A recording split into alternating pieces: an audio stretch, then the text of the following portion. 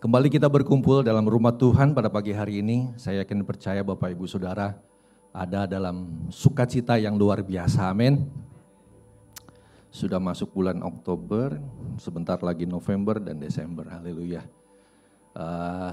Kita yakin dan percaya bahwasanya sudah begitu banyak berkat Tuhan yang kita terima. Dan pada hari ini kita semua yang hadir di tempat ini digerakkan oleh Roh Kudus untuk memenuhi undangan daripada Tuhan, untuk kita boleh mengucap syukur dan berterima kasih di dalam rumah Tuhan. Haleluya. Mari kita angkat sebuah pujian. Kita datang ke tempat ini tidak lain tidak bukan hanya untuk menyenangkan Dia. Haleluya.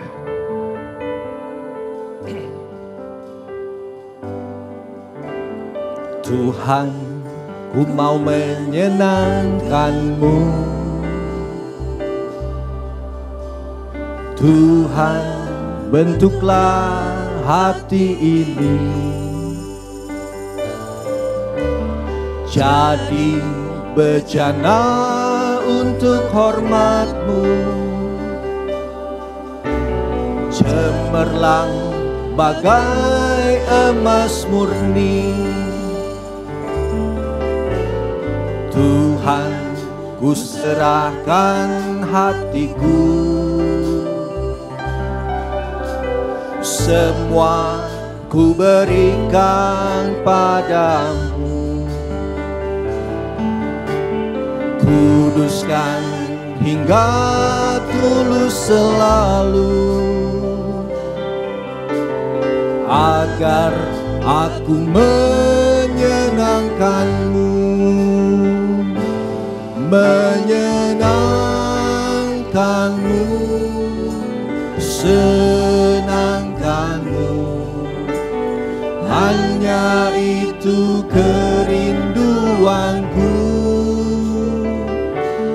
Menyenangkan-Mu, senangkan hatimu, hanya itu kerinduanku. Mari Bapak Ibu, jadi kita angkat pujian ini dengan lebih sungguh lagi. Tuhan, ku mau menyenangkan-Mu. Tuhan, bentuklah hati ini jadi bejana untuk hormat-Mu, cemerlang bagai emas murni.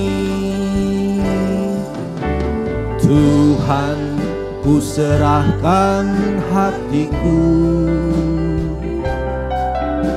semua ku berikan padamu. Kuduslah hingga tulus selalu, agar aku menyenangkan-Mu. Menyenangkan-Mu, senangkan-Mu, hanya itu kerinduanku. Menyenangkan-Mu, senangkan hatimu, hanya itu kerinduanku. Menyenangkan-Mu. Nanti saya minta dengan hormat Ibu Ratna pimpin kita dalam doa pembukaan. Haleluya. Hanya itu kerinduanku, menyenangkan-Mu, senangkan hatimu, hanya itu kerinduanku, hanya itu kerinduanku, hanya itu kerinduanku. Sekali lagi, hanya itu kerinduanku, hanya itu kerinduanku.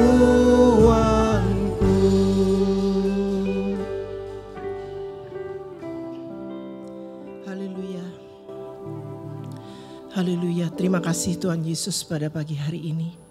Kalau kami boleh tiba di tempat ini Tuhan dengan keadaan baik, dengan keadaan sangat diberkati oleh Tuhan, terima kasih. Terima kasih Roh Kudus, Engkau sudah bersama dengan kami Tuhan.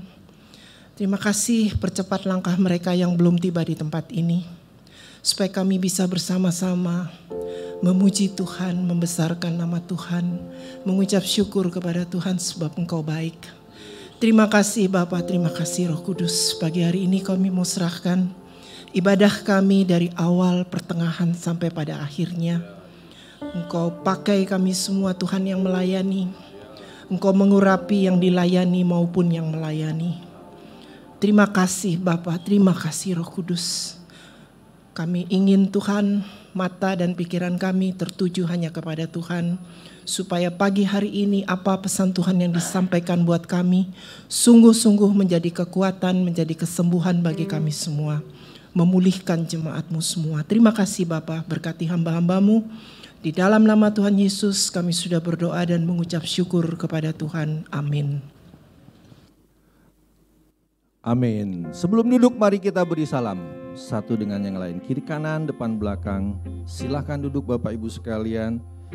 Mari kita sama-sama mohon kepada Tuhan supaya kita boleh belajar senantiasa mengucap syukur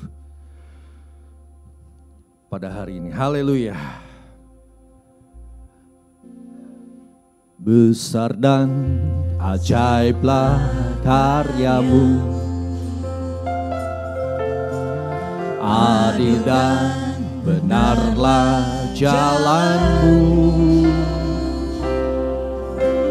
Raja segala bangsa yang maha kuasa, mulia nama-Mu, besar dan ajaiblah. Haleluya. Besar dan ajaiblah karya-Mu, adil dan benarlah jalan-Mu, Raja segala bangsa yang maha kuasa, mulia nama-Mu. Layaklah segala bangsa, layaklah segala bangsa sujud kepadamu,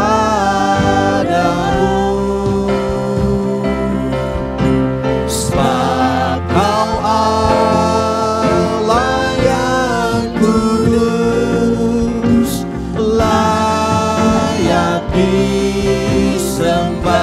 Layaklah segala bangsa, layaklah segala bangsa sujud kepadamu. Kami menikmati Engkau Tuhan, sebab Kau Allah yang kudus, layak disembah. Sebab Kau Allah yang kudus, layak disembah. Haleluya. Kita bersepakat pada hari ini, kita bersuka cita di hadapan Tuhan. Amin. Mari kita angkat pujian. Aku berjalan tanpa beban. Tuhan sudah ambil beban kita dan kita boleh berjalan dengan ringan. Haleluya. Aku berjalan tanpa beban. Semua sudah diselesaikan. Mari kita tepuk tangan bersama-sama.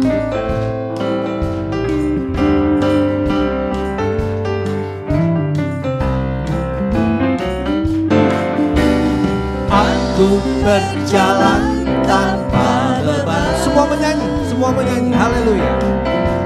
Semua sudah diselesaikan oleh darahnya, ku ditebus dari dosa. Tak ada lagi penghukuman.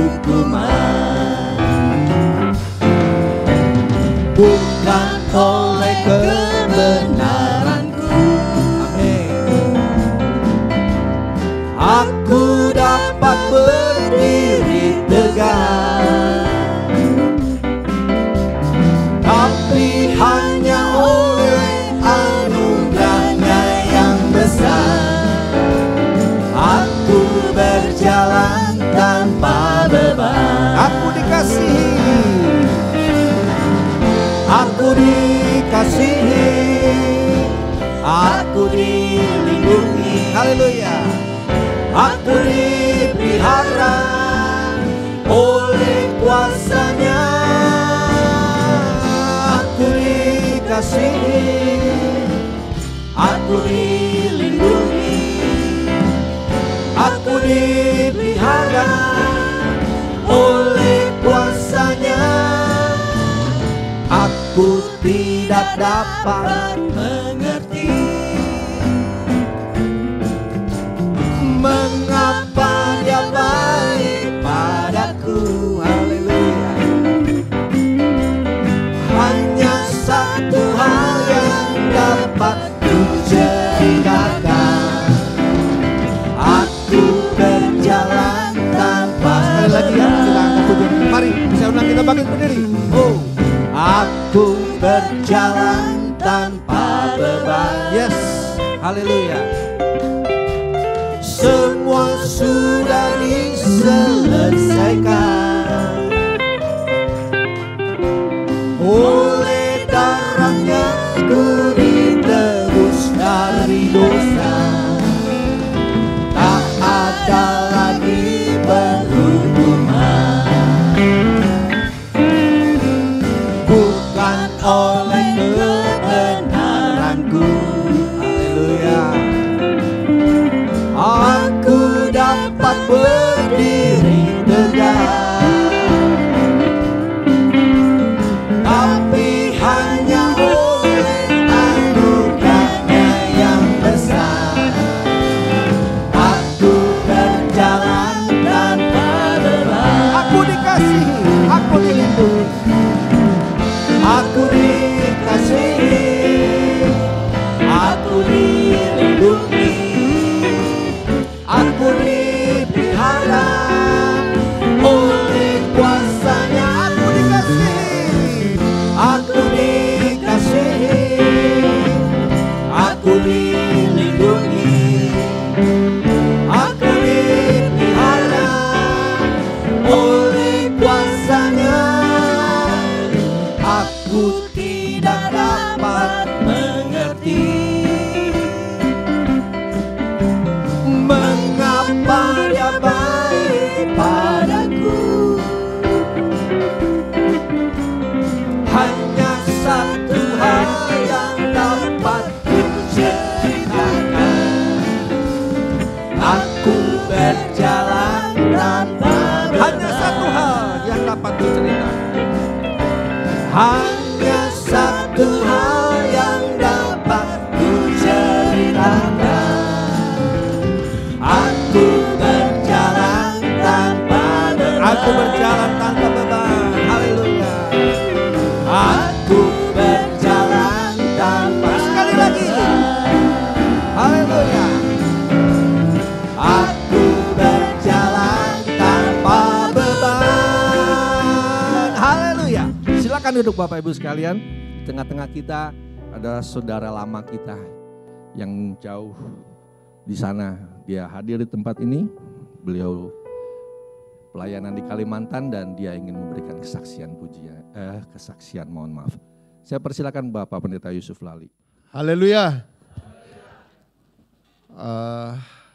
Puji syukur kepada Tuhan Yesus Kristus yang kembali menghadirkan saya bisa ada di tengah-tengah Bapak. Terima kasih buat Ibu Gembala, buat hambanya.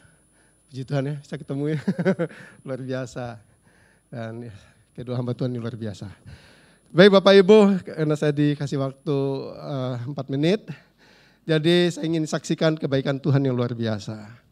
Saya ada di Jakarta sebenarnya sudah dijadwalkan beberapa minggu yang lalu, cuman saya masih timbang-timbang karena di tempat pelayanan saya lagi sedang ada bimbingan pranikah, ada 2 pasangan.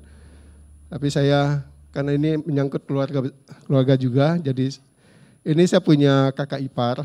Ya puji Tuhan, dalam pergumulan kami juga, akhirnya beliau dapat pasangan. Jadi walaupun usianya sudah tidak muda lagi, tapi Tuhan kasih seorang yang siap mendampingi hidupnya. Jadi saya ya bela-belain. Sebenarnya kami sekeluarga diundang dan beliau sudah menyiapkan tiket buat kami, tapi baru kemarin fix-nya karena saya lihat jadwal juga. Nah, anak saya yang kecil dengan istri nggak ikut karena harus ada di pelayanan. Karena ada satu jemaat yang waktu saya berangkat kemarin dalam kondisi kritis. Ya bukan saya mendoakan yang enggak ya, tapi namanya waspada supaya ada yang di pelayanan. Ya Bapak Ibu Saudara, dalam pelayanan tentu ada banyak perkara yang sebagai hamba Tuhan kami hadapi.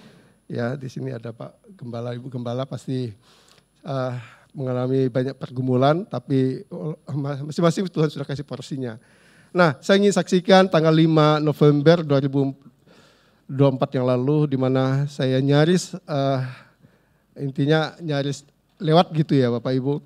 Saya waktu itu pulang mengkoordinir paduan suara sekecamatan tempat saya pelayanan dari 15 gereja lokal. Kami akan lomba di kabupaten. Dan saya diminta untuk mengkoordinir. Baru latihan yang ketiga kali, yaitu saya pulang, saya nggak ada firasat apa-apa. Dan memang karena gerejanya bisa jalan pintas, jadi saya nggak pakai helm. Jalan gitulah, jalan untuk khusus motor gitu. Nah, jadi hari itu kok saya pengen lewat jalan raya begitu Bapak Ibu. Jadi sekitar jam 5:30 saya balik. Tapi karena saya ada menjumpai ada satu bapak, diajak ngobrol, saya ngobrol. Tadi akhirnya sekitar jam 6 baru saya mau ke pastori. Nah, ketika mau menyeberang, saya udah wanti-wanti ngeliat kiri kanan, seperti nggak ada orang gitu. Tiba-tiba ada yang ngebut dari belakang, bawa barang, karung dengan penuh bawaan botol sisa oli gitu ya, mau dibuang, mau dibakar. Tapi melintang gitu, jadi bawaan itu menyenggol stang saya. Padahal saya nggak ngebut karena memang bawa belok, ada lampu sen begitu. Dan itu saya langsung dihantam, tidak sadarkan diri. Dan menurut anak-anak, karena di tempat saya ada tahun kemarin ada 14 anak yang saya bina, tinggal sama dengan kami, anak-anak dari pedalaman. Nah, mereka teriak, saya udah nggak tahu, udah sadarkan diri. Jadi sekitar hampir 2 jaman saya nggak sadarkan diri, dan kepala saya yang sebelah kanan ini membengkak besar. Dan waktu itu ditangani langsung dibawa ke rumah sakit daerah kabupaten. Dan waktu di scan semua, puji Tuhan tidak ada pendarahan di dalam.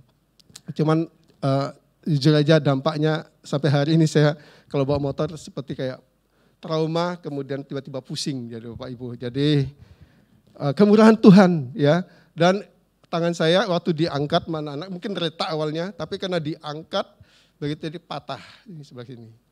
Dan kebaikan Tuhan, semesti waktu ibadah di Supra waktu itu masih ingat ya, sebelah kiri saya tahun 2011 itu patah. Dari kiri kanan saya ini udah nggak bisa mikul apa-apa lagi ya, bawa kendaraan motor ya harus yang jarak dekat, ya jauh udah nggak bisa. Kalau saya ada pelayanan masuk kampung, saya minta anak-anak yang goncengin saya. Jadi ya begitulah kemurahan Tuhan saya bisa diberikan hari ini oleh kebaikan Tuhan. Jadi Bapak Ibu kita hargai hidup kita, tetap setia dalam Tuhan. Dan saya lihat wajah-wajah yang dari Tanah Abang 1 ya, Gedung Supra, Tanah Abang 2, Gedung Supra, lalu kita ada di Citycon dan hari ini ada di sini. Saya wajah-wajah Tuhan yang setia, ada yang baru, mohon maaf saya nggak kenal semua, tapi yang dulu-dulu pernah ketemu di Tanah Abang 2, sampai hari ini ketemu, itu buat hati saya bersyukur. Di Zoom saya lihat wajah-wajah yang begitu luar biasa. Saya harap bagi Bapak-Bapak Ibu, itu ada ruang doa bersama di Zoom ya, setiap Selasa. Saya tidak jauh-jauh dari Kalimantan pengen gabung ya, karena saya suka rasa diberkati sama pengkhotbah hebat dari sini. Saya kaget lihat ada bapak-bapak yang dulu mungkin bawa pengumuman gugup, tapi bawa firman Tuhan keren sekali ya. Lanjutkan ya. Ya Tuhan berkati ya. Terima kasih. Tuhan Yesus memberkati kita semua. Terima kasih buat kesaksian Bapak yang luar biasa, Pak Pendeta Yusuf Lali. Kita lanjutkan pujian kita kepada Tuhan. Bersukacita dalam Yesus. Nah, kali ini saya undang langsung kita berdiri, kita nyanyi girang-girang.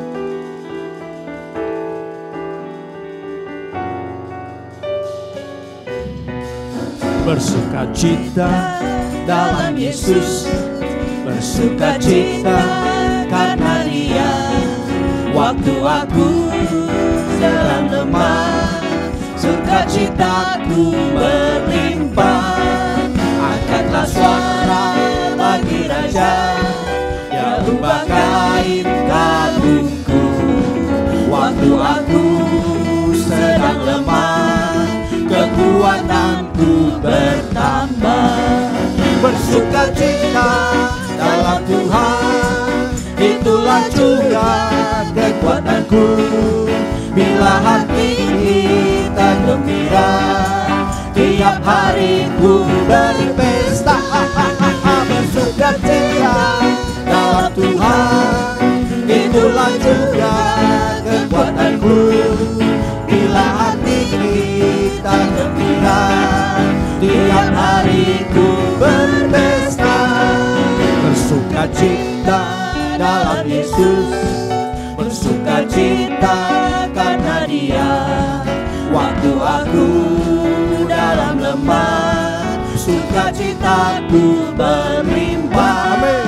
Angkatlah suara bagi Raja, ya ubah kain kalungku. Waktu aku sedang lemah, kekuatanku bertambah. Bersukacita dalam Tuhan, itulah juga kekuatanku. Bila hati kita gembira, tiap hari ku berpesta. Bersukacita dalam Tuhan, itulah juga kekuatanku. Bila hati kita gembira, tiap hari ku berpesta. Tiap hari ku berpesta. Tiap hari ku berpesta. Haleluya. Silakan duduk Bapak Ibu. Sebetulnya saya masih siapkan 11 lagu lagi, cuman waktu berjalan cepat dan saya sangat menghargai kalau VOV sudah berlatih untuk membawakan pujian yang indah pada pagi hari ini. Oleh sebab itu saya persilakan VOV maju ke depan.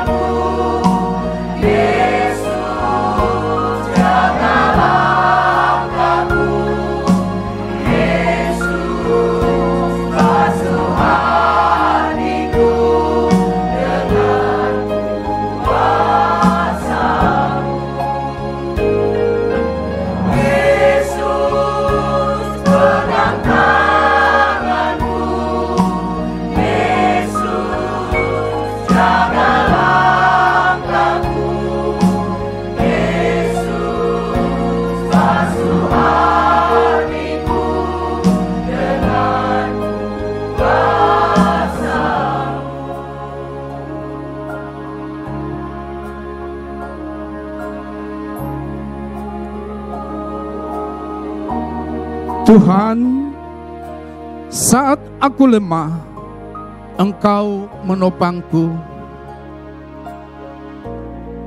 Saat aku tak berdaya, Engkau menggendongku. Saat aku sendiri, Engkau menemaniku. Tuhan, saat aku tak menyadari, Engkau setia menyertai. Saat aku berserah, Engkau mendekapku. Saat aku percaya, Engkau selamatkanku.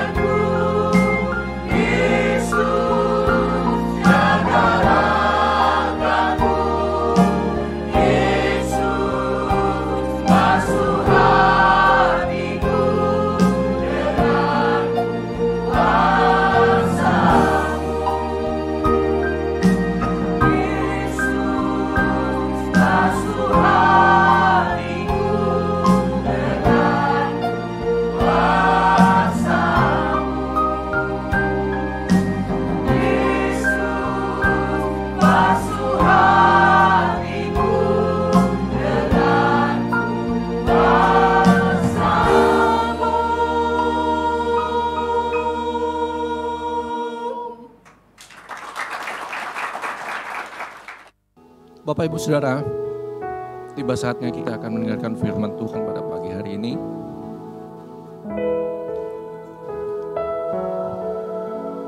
Firman Tuhan yang akan menjadi jawaban bagi kehidupan kita.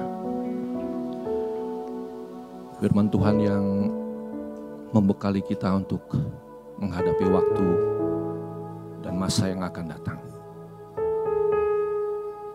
Mari tubuh jiwa roh kita ada di tempat ini, supaya tidak ada satu kata, tidak ada satu ayat yang terlewat dari kita.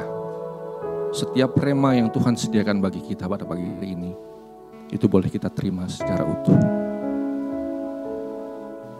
Mari kita angkat pujian ini.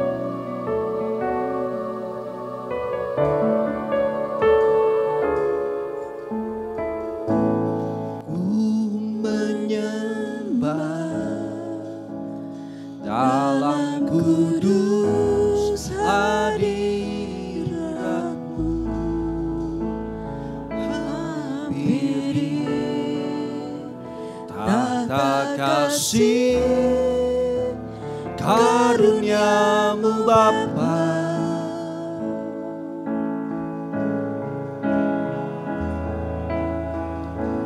kekuatanku hanya dalam hadirat-Mu, Yesusku, hanya Kaulah segalanya.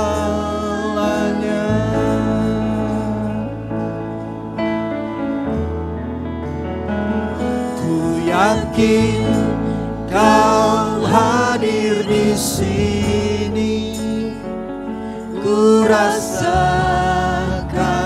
kuasa yang tak terbatas. Ku yakin Kau nyata di sini, kemenangan terjadi di sini.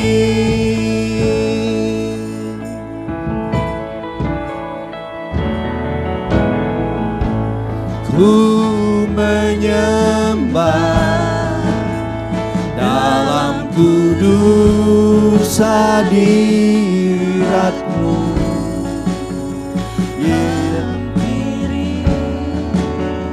tata kasih karunia-Mu Bapa,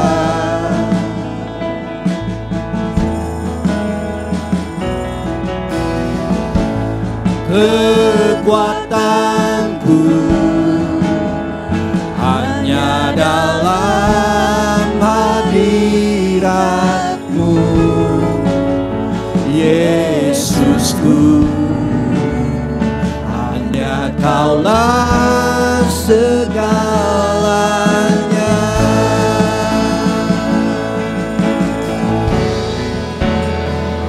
Ku yakin Kau. Mari Bapak Ibu, kita panggil berdiri. Ku rasakan kuasa yang tak terbatas. Ku yakin Kau nyata di sini. Kemenangan terjadi di sini. Ku yakin Kau hadir di sini. Ku rasakan kuasa yang tak terbatas. Ku yakin Kau nyata di sini. Kemenangan terjadi. Sekali lagi, ku yakin. Haleluya. Ku yakin Kau hadir di sini. Ku rasa. Dengan hormat saya mengundang Ibu Elizabeth pimpin kita dalam doa firman Tuhan. Ku yakin Kau nyata di sini. Kemenangan terjadi di sini. Kesembuhan terjadi di sini. Pemulihan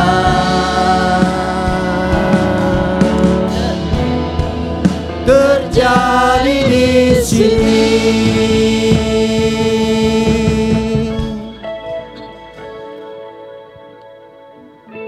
Mari saudara kita berdoa. Bapa kami dalam surga, kami mengucap syukur ya Tuhan. Kami rasakan hadirat-Mu ada di tengah-tengah kami ya Tuhan. Terima kasih ya Tuhan. Kami mendengar kesaksian bagi Engkau Tuhan yang begitu ajaib. Engkau Tuhan yang luar biasa ya Tuhan. Terima kasih ya Tuhan. Kami boleh memuji meninggikan nama-Mu. Biar puji-pujian kami boleh menyenangkan hati-Mu ya Tuhan. Bapa, kami mendengarkan firman-Mu ya Tuhan Yesus. Berkati hamba-Mu, Bapak Pendeta Nemo. Pakai dia ya Tuhan Yesus. Ya percaya ya Tuhan, firman-Mu yang hidup itu Bapa akan memberkati kami pada pagi hari ini ya Tuhan. Sehingga firman-Mu itu boleh bertanam dan terbuah-buah dalam kehidupan kami. Sehingga Engkau disenangkan ya Tuhan. Terima kasih Bapa, kami siap mendengar firman-Mu. Kami mengkonsentrasikan pikiran kami menangkap demi firman-Mu ya Tuhan. Terima kasih Bapa. Seluruh doa sembahyang ini kami minta dan kami naikkan hanya di dalam nama Tuhan Yesus Kristus. Haleluya. Amin. Terima kasih Ibu Elizabeth. Bapak Ibu silakan duduk dan mohon jangan lupa handphone dinonaktifkan. Waktu selanjutnya saya serahkan kepada Bapak Pendeta Nemo. Semua dalam keadaan sehat, amin. Tuhan Yesus baik, amin. Puji Tuhan, terima kasih buat Ibu Gembala dan saudara semua yang pagi hari ini boleh berkenan kembali mengizinkan saya melayani pagi hari ini. Dan terima kasih Bro Yusuf, haleluya, puji Tuhan, ini kakak kelas saya 24 tahun yang lalu, angkatan 9, SAC Bapak Ibu ya. Dulu jadi pengerja sama-sama, dia di Jakarta, saya di Cianjur. Puji Tuhan, dan kita dua-dua tetap kuat di dalam Tuhan, semua karena kemurahan Tuhan, haleluya. Baik, tanpa panjang lebar kita akan siapkan hati kita untuk dengarkan firman Tuhan. Pagi hari ini saya berikan judul, masih di dalam tema tentang Tuhan so dekat. Coba bilang sama kiri kanan, Tuhan so dekat, bilang gitu Bapak Ibu. Atau mungkin lebih tepatnya dalam istilah Alkitab, Maranatha. Bisa katakan Maranatha? Iya, Maranatha adalah slogan, ya. Maranatha itu adalah slogannya orang Kristen dari gereja awal, dari mula-mula. Jadi kalau mereka baku dapa, kalau mereka saling ketemu satu sama lain, saudara, zaman dulu orang Kristen masih sangat sedikit sekali, ya, populasinya masih sangat sedikit dibandingkan populasi dunia pada waktu itu. Dan kalau mereka bisa saling ketemu sesama orang percaya, ya entahkah mereka di luar kota, kah mereka dalam perjalanan, dan mereka bisa ketemu, oh sesama orang Kristen ya, pengikut Tuhan Yesus ya, Maranatha, ya dua-duanya akan bilang Maranatha, saudara ya. Kalau di GPDI kan Pantekosta kan haleluya gitu saudara.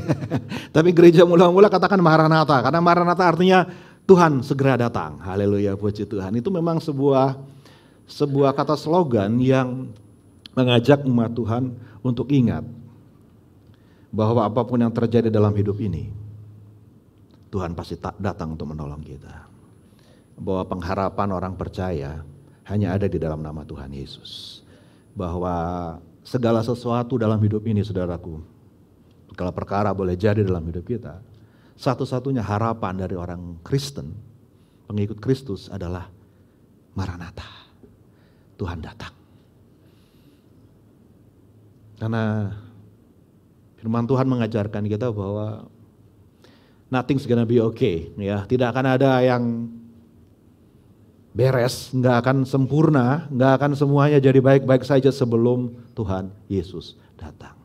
Barulah kita bisa berharap bahwa ya tentunya kita semua ingin hidup ini aman, hidup ini damai, hidup ini lepas dari masalah, hidup ini tidak ada air mata, tidak ada duka, tidak ada kesulitan. Semua menginginkan yang sama, tetapi selama Tuhan belum datang, ya kita harus sadari bahwa hidup kita akan penuh dengan tantangan, dan satu-satunya harapan orang percaya adalah Tuhan segeralah datang. Haleluya. Jadi jangan pernah lupa tentang Maranatha Bapak Ibu ya. Baik, saya berikan judul khotbah pagi hari ini, mempercepat kedatangan Tuhan. Kita akan lihat sama-sama dari surat 2 Petrus. Saya mengajak kita membuka Alkitab. 2 Petrus adalah surat yang tentunya ditulis oleh Petrus, dan saudara bisa lihat di situ judul perikop pada pasal yang ketiga adalah tentang hari Tuhan. Ya, mengapa tema tentang kedatangan Tuhan atau Tuhan sudah dekat itu tema yang sangat penting di dalam Alkitab. Satu tema yang sebenarnya boleh dibilang paling penting, saudaraku ya, bagi orang Kristen. Dan sayangnya mungkin di zaman sekarang ini satu tema yang tidak terlalu populer, ataupun kalaupun menjadi tema yang menarik bagi sebagian orang justru hanya dipakai untuk menjadi spekulasi tentang meramal, tentang ini adalah ini adalah itu, ramalan tentang si ini adalah si itu dan sebagainya, saudaraku. Padahal Alkitab mengajak kita untuk tetap menantikan kedatangan Tuhan, bukan untuk kita main spekulasi-spekulasian, bukan untuk kita main ramal-ramalan, bukan untuk kita menganggap oh ini adalah ini adalah itu, saudaraku ya kan? No, that's not the point. Tuhan bukan menyuruh kita untuk menantikan kedatangan Tuhan untuk main tebak-tebakan, ya, main spekulasi-spekulasian, tetapi untuk kita mempersiapkan diri. Yang setuju katakan amin, saudara ya, bahwa memang Tuhan tidak akan lama lagi dia akan datang.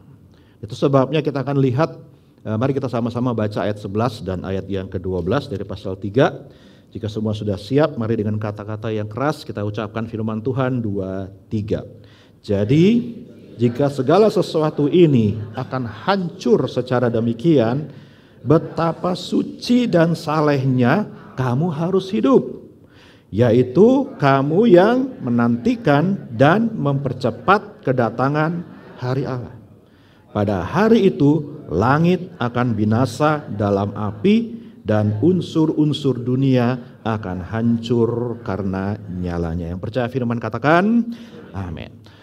Nah, Petrus, saudaraku, next slide. Petrus adalah murid yang boleh dibilang paling banyak diperhatikan oleh Tuhan Yesus. Dari semua kata-kata Yesus yang dicatat dalam Alkitab, dalam kitab Injil, yang ditujukan kepada seorang pribadi, ya saudara, Tuhan Yesus paling banyak bicara kepada Petrus dibandingkan kepada siapapun yang ada di dalam masa kehidupan Tuhan Yesus. Dia paling banyak berkata-kata, berbicara, memberikan pesan kepada Petrus. Karena kita tahu Petrus adalah rasul yang dipilih, rasul yang akan dipercayakan sebagai pemimpin dari murid-muridnya Tuhan.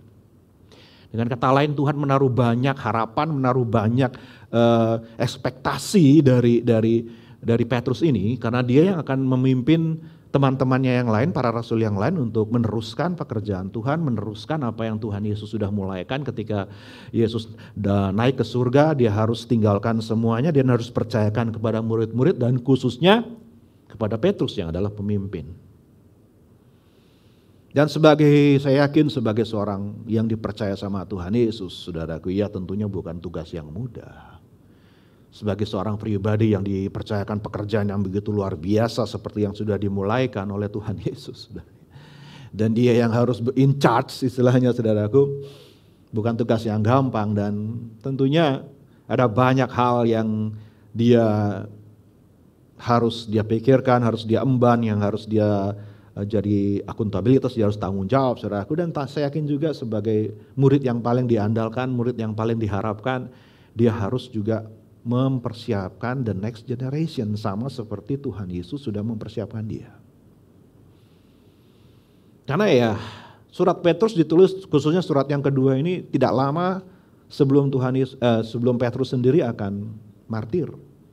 Menurut catatan sejarah, menurut catatan para bapak gereja, dia akan dihukum mati oleh Kaisar Nero. Mungkin dalam hitungan minggu atau hitungan bulan dari surat Petrus yang kedua ini, saudara. Dan dia memberikan sebuah pesan, boleh dibilang penutup. 2 surat dia tulis, dan saya mengajak kita melihat pasal yang terakhir karena memang ini pesan yang paling akhir dan pesan yang paling penting yang Petrus harus wariskan, yang Petrus harus teruskan kepada the next generation. Kepada gereja yang akan meneruskan pekerjaan Tuhan, saudaraku ya.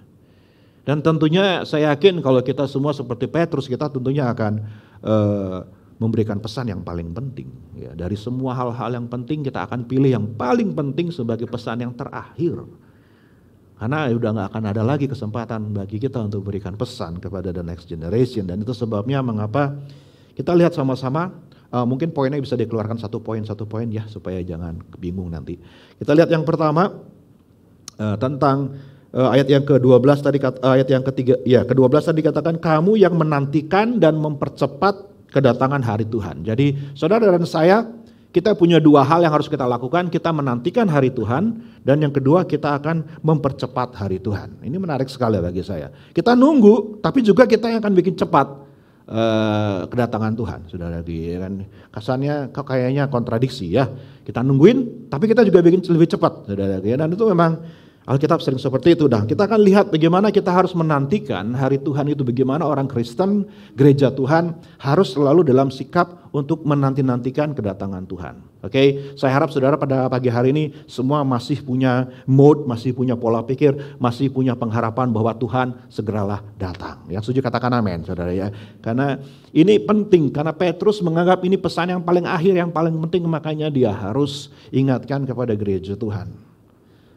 Kalau itu perlu diingatkan, itu penting, berarti ada kemungkinan gereja Tuhan lupa. Ada kemungkinan gereja Tuhan sudah tidak lagi menanti-nantikan kedatangan Tuhan. Dan inilah bahayanya. Inilah yang Pak Petrus ingin kita waspada, supaya kita jangan sampai lalai dan kita sudah terlena oleh kehidupan di dalam dunia ini. Baik, yang pertama kita lihat, mari kita perhatikan ayat yang pertama dan yang kedua. Saya mengajak kita sama-sama membaca firman Tuhan, saudara, supaya tidak ngantuk dan supaya pikiran kita tetap fokus. Oke, ayat yang pertama dan kedua sama-sama 2, 3. Saudara-saudara yang kekasih, ini sudah surat yang kedua yang kutulis kepadamu. Di dalam kedua surat itu, aku berusaha menghidupkan pengertian yang murni oleh peringatan-peringatan, supaya kamu mengingat akan perkataan yang dahulu telah diucapkan oleh nabi-nabi kudus, dan mengingat akan perintah Tuhan dan juru selamat yang telah disampaikan oleh rasul-rasulmu kepadamu. Nah, yang pertama kita lihat, Petrus menyimpulkan 2 surat yang dia tulis ini. Saya tidak punya waktu untuk mengajak kita belajar dua surat Petrus, tetapi yang pasti Petrus mengakhiri suratnya dengan kesimpulan. Dikatakan, ini sudah surat yang kedua yang kutulis kepadamu. Dalam kedua surat itu aku berusaha menghidupkan pengertian akan yang murni akan peringatan, supaya kamu ingat akan perkataan yang telah diucapkan oleh nabi-nabi kudus. Ini bicara tentang nabi-nabi perjanjian lama. Dan mengingatkan akan perintah Tuhan. Tuhan Yesus juga sudah memperingatkan hal yang sama. Seperti para nabi-nabi dan juga telah disampaikan oleh rasul-rasul kepadamu. Saudara, tahukah saudara bahwa sebelum kepergian Tuhan Yesus memberikan peringatan tentang kedatangannya. Kisah pasal 1 kita bisa baca, saudara bisa baca sendiri di rumah. Murid-murid bertanya, kapan akan terjadi pemulihan kerajaan bagi Israel? Yesus bilang, masalahnya bukan waktu, kamu gak usah mikirin waktu dan ketikanya. Cuman Bapa yang tahu, anak tidak tahu, tapi yang harus kamu kerjakan adalah kamu harus terima kuasa supaya kamu jadi saksi. Tapi memang Tuhan sudah memberikan warning, bahkan kalau kita baca dalam Injil Matius sebelum pada menjelang akhir di pasal 24, 25, 26 dia memberikan khotbah tentang akhir zaman, mempersiapkan murid-murid untuk menghadapi yang namanya akhir zaman sebelum dia pergi. Dia sudah peringatkan, kamu harus selalu menantikan aku. Bahkan ketika Yesus naik, kita tahu dua malaikat tampil dan berkata, "Hei orang-orang Galilea, kenapa kalian bengak-bengok ngelihat ke langit? Tahukah kamu bahwa Tuhan yang sama akan turun dengan cara yang sama juga nanti? Maka sekarang kamu pergi, lakukan apa yang disuruh kepada kamu." Jadi mereka harus siap untuk menunggu kedatangan Tuhan. Dan para rasul juga semua sama. Baik Petrus, Yohanes maupun Paulus, semua rasul yang menulis Alkitab selalu mengakhiri tulisan mereka untuk mengingatkan gereja Tuhan. Hei, siap, Tuhan pasti datang. Tuhan segera datang. Karena mereka tahu, it's very important. Karena mereka tahu bahwa gereja kalau tidak siap, kalau gereja tidak sadar, gereja bisa kayaknya itu satu hal yang terlalu gak penting. Satu hal yang tidak selalu saya harapkan. Satu hal yang saya maybe yes, maybe no, dan seterusnya. Tapi saya yakin kalau sampai semua penulis perjanjian baru, saudara, kalau kita perhatikan selalu memperingatkan kita harus waspada di akhir zaman ini, berarti memang ini satu hal yang sangat penting bagi gereja untuk dilakukan. Next point. Dan apa yang menjadi kesimpulan? Ayat 1 tadi dikatakan, saudara yang kekasih, ini surat yang kedua yang kutulis kepadamu, dalam kedua surat aku berusaha menghidupkan pengertian yang murni. Katakan pengertian yang murni ya Bapak Ibu. Pengertian yang murni. This is my last advice, my last warning to you. Keep that sincere mind, tetap simpan pikiran-pikiran yang murni, pikiran-pikiran yang tulus, pikiran-pikiran yang tidak tercemar, tidak terkontaminasi, tidak bengkok, tidak berubah gara-gara apa yang terjadi dalam kehidupanmu, yang terjadi dalam dunia ini. Jangan sampai ajaran yang sudah diajarkan kepadamu oleh para nabi, oleh Tuhan Yesus dan juga oleh para rasul yang sudah diwariskan kepada kamu tentang kedatangan Tuhan, jadi tercemar oleh karena kamu lihat, wah kayaknya dunia ini lebih asik deh. Wah kayaknya apa yang ada dalam hidup saya ini kayak lebih penting daripada segala-galanya deh. Kedatangan Tuhan, nanti aja deh. Istilahnya kayak gitu. Apalagi nanti kita akan lihat ada banyak orang-orang yang mulai meragukan. Bahkan di dalam orang percaya sendiri, dalam gereja sendiri mulai meragukan apakah Tuhan benar bakal datang apa enggak sih. Ya. Karena sudah tahun 2025, sudah 2000 tahun gitu loh. Katanya Tuhan bakal cepat datang. Anyway, sudah 2000 katanya Tuhan sudah dekat, ya kan? Bagaimana kata dekat kok nggak datang juga, ya kan? Dan kalau kita tidak memelihara pengertian, pikiran, ya, sincere mind dalam bahasa Inggris ya pikiran yang tulus, pikiran yang kudus, yang murni, pure mind dengan terjemahan lain dikatakan, maka kita mulai akan meragukan tentang kedatangan Tuhan. Kita mulai tidak lagi menanti-nantikan sebagai orang percaya kedatangan Sang Juru Selamat kembali lagi, saudaraku, ya kan? Dan inilah yang menjadi kesimpulan Petrus. Makanya ada banyak warning yang dia berikan. Kamu harus hati-hati sama ajaran palsu, kamu harus hidup benar, kamu sebagai imamat yang rajani dan sebagainya. Kalau kita mau bahas 2 surat Petrus banyak sekali. But intinya adalah kamu harus pelihara pikiran yang murni. Pengertian yang murni. Yang kita terima, yang kita miliki karena semata-mata kita mau mendengar sama firman Tuhan. Yang setuju katakan amin, saudara kasih Tuhan. Kita percaya penuh, pikiran kita dibentuk, pikiran kita diarahkan, ya pola pikir kita betul-betul diatur dengan apa yang diajarkan oleh firman Tuhan. Bukan apa yang dunia katakan, bukan apa yang mungkin ya saudara ya populer opini umum katakan, apa yang sedang menjadi, apalagi kalau kita belajar di dunia sekular, apa yang para ilmuwan katakan, para ahli katakan dan seterusnya, bahwa well, life's gonna be all the same. Gini aja terus. Kehidupannya akan begini terus, tidak ada awal, tidak akhir dan seterusnya. No. Kita harus pertahankan pikiran yang murni. Poin berikutnya. Dan zaman akhir ini akan dipenuhi dengan, nah ini dia nih, pengejek. Mari sama-sama ayat 3 dan 4 kita akan baca bersama-sama kembali. Firman Tuhan ayat 3 dan 4, 2, 3. Yang terutama harus kamu ketahui ialah bahwa pada hari-hari zaman akhir akan tampil pengejek-pengejek dengan ejekan-ejekannya. Yaitu orang-orang yang hidup menuruti hawa nafsunya. Kata mereka, di manakah janji tentang kedatangannya itu? Sebab sejak bapak-bapak leluhur kita meninggal, segala sesuatu tetap seperti semula pada waktu dunia diciptakan.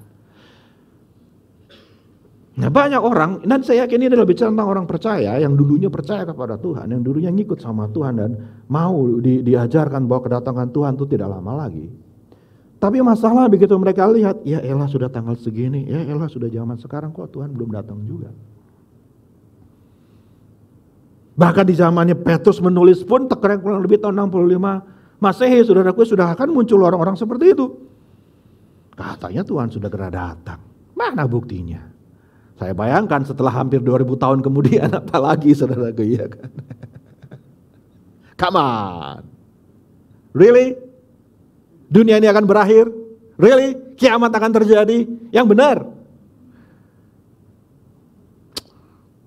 Sudahlah, kalau saya belajar di sekolah, saya belajar tentang geografi, saya belajar tentang geologi, saya belajar tentang pendidikan, ilmu pengetahuan, sains dan sebagainya, it's gonna last long. Well, padahal di satu sisi kalau kita lihat ada banyak bukti yang lain ya saudaraku, ya kan, bahwa dunia ini memang betul-betul kalau kita nggak berhati-hati dengan global warming, dengan perubahan iklim, perubahan cuaca dan sebagainya, it's so easy. Apa yang dikatakan dalam Alkitab bisa terjadi itu, ya kan. Di satu sisi orang bilang, nah, tapi di sisi lain ya kita bisa lihat bahwa wow, dihajar sama pandemi sekali juga satu dunia juga semua tengkurap saudara, ngunci diri di kamar semua ya kan. Seluruh dunia juga ngalamin yang kayak gitu, siapa bilang? Ini akan bertahan selama-lamanya. But akan tampil para pengejek, mockers. Nah, mungkin ini boleh saya bilang ajaran firman Tuhan yang salah satu yang paling dienyek saudaraku, ya kan, sama orang luar tentang iman kita. Selain kelahiran Yesus yang dari perawan, mana bisa? Nggak mungkin. Dan kebangkitan Tuhan Yesus, mana ada orang mati bisa bangkit lagi? Nggak mungkin. Possible. Dan yang ketiga, Tuhan bakal datang lagi. Nggak mungkin. Sehingga akhirnya menjadi orang-orang yang skeptis, ya kan? Orang-orang yang pesimis, orang-orang yang tidak lagi berharap. Mungkin dia tetap percaya Tuhan, mungkin dia tetap ikut ibadah, dalam hatinya, I'm not really sure. Saya nggak sungguh-sungguh yakin. Ya, seperti itu.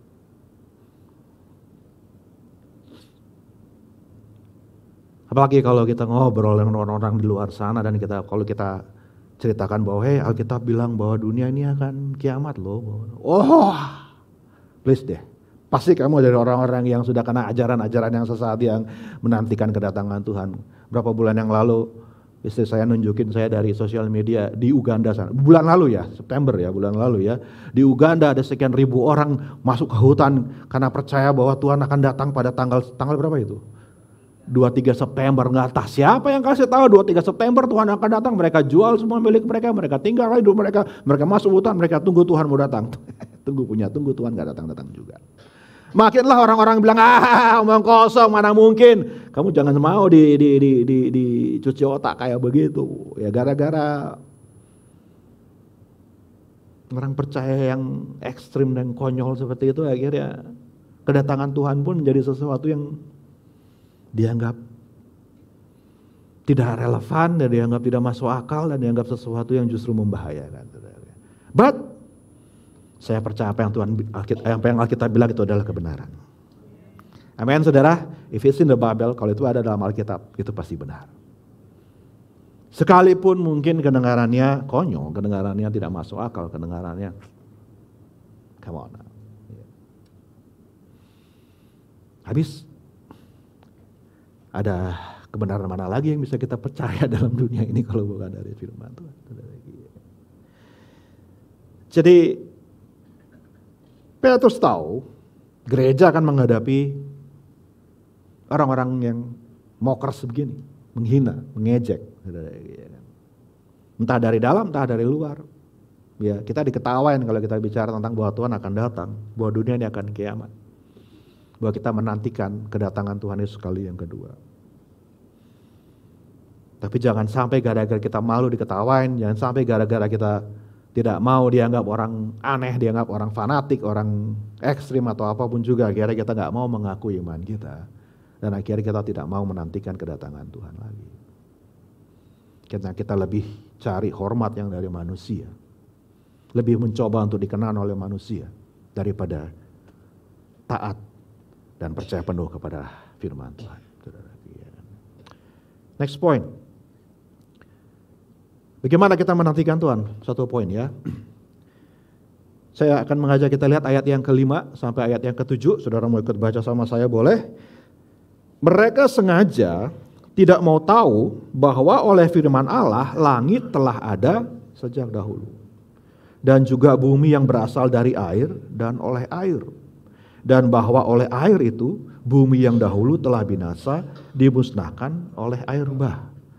Tetapi oleh firman itu juga langit dan bumi yang sekarang terpelihara dari api dan disimpan untuk hari penghakiman dan kebinasaan orang-orang fasik. Nah perhatikan, para pengejek-pengejek ini dikatakan ayat 5 sengaja tidak mau tahu.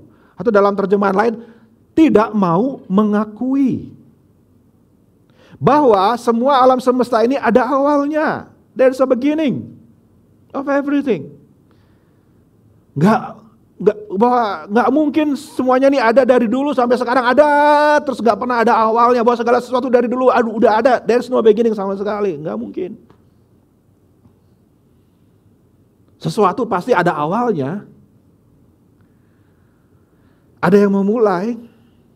Dan kalau kita lihat perdebatan, ya kalau sudah suka ngikutin ya tentang ilmuwan dan sebagainya, mau nggak mau harus mengakui there's a beginning, there's a point di mana segala sesuatu yang dari tidak ada menjadi ada. Ya kan? Tetapi para pengejek ini sengaja tidak mau mengakui bahwa ada awal.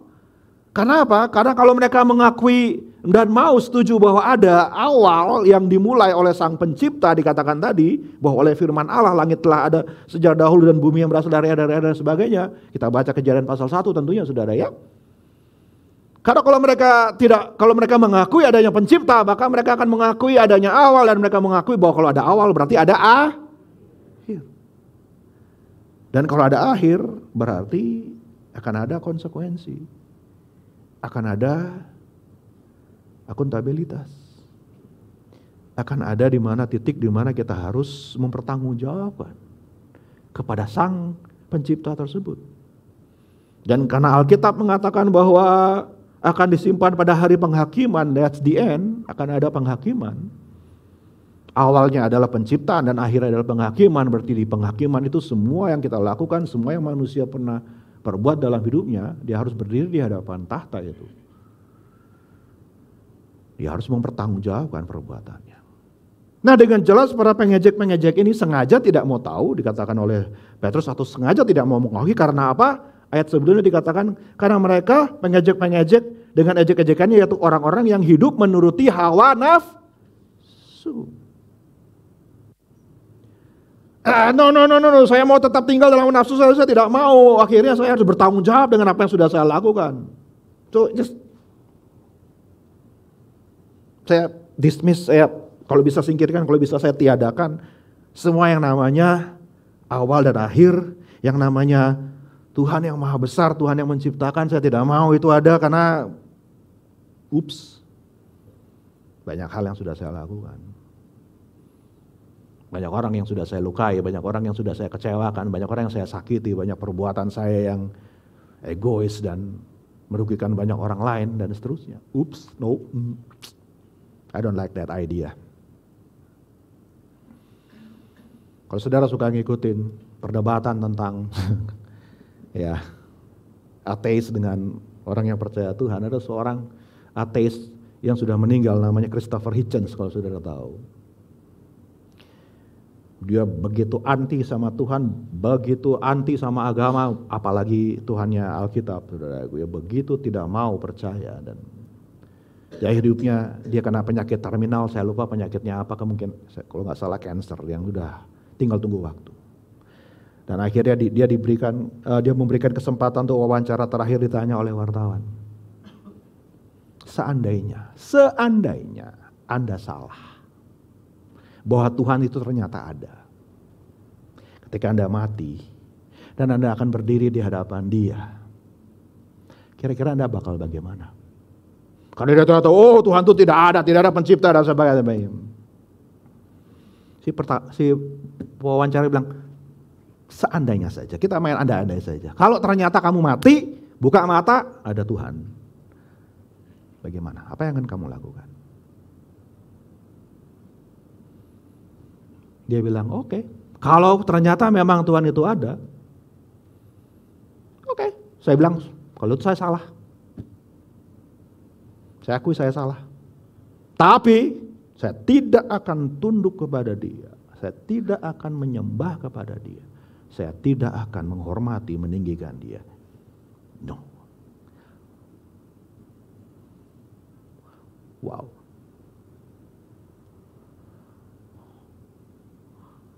Sampai sebegitunya orang bisa berkeras hati, saudara, ya kan?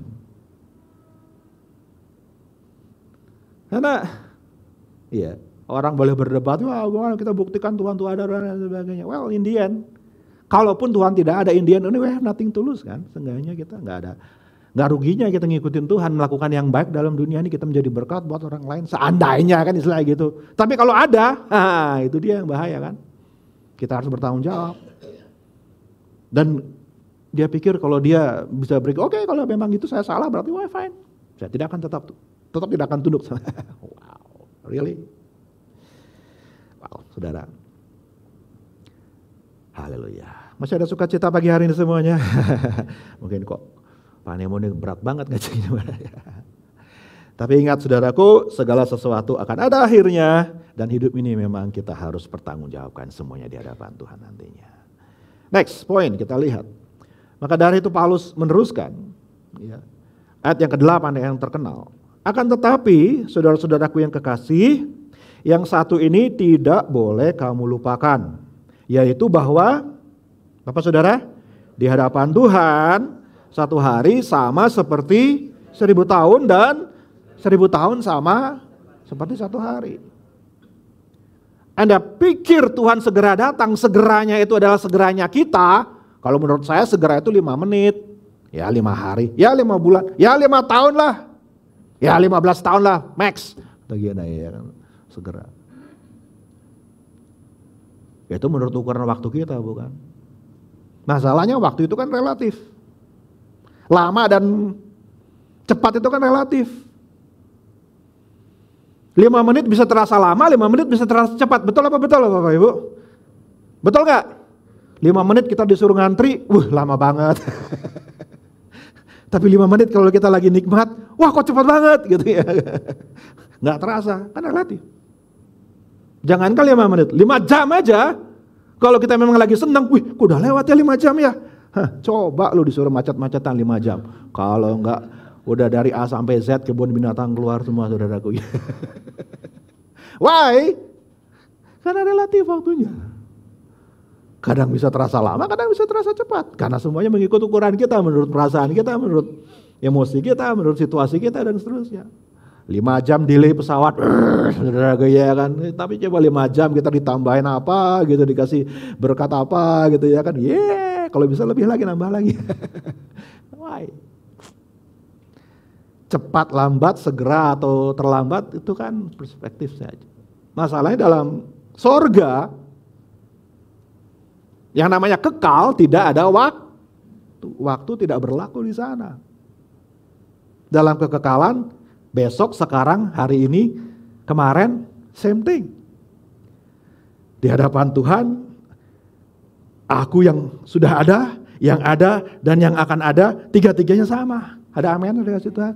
Makanya dikatakan He is the great I am. I was, I am, I will be. Tiga-tiganya dia adalah Allah. Di masa lalu, masa kini, masa depan, dia ada semuanya di depan dia. Makanya dia tahu dari awal sampai akhir. Waktu tidak menjadi faktor yang mempengaruhi Tuhan. Tuhan yang mempengaruhi waktu, bukan Tuhan yang tunduk di bawah waktu kan. Dan bagi dia, 1000 tahunnya kita, baru 1 hari.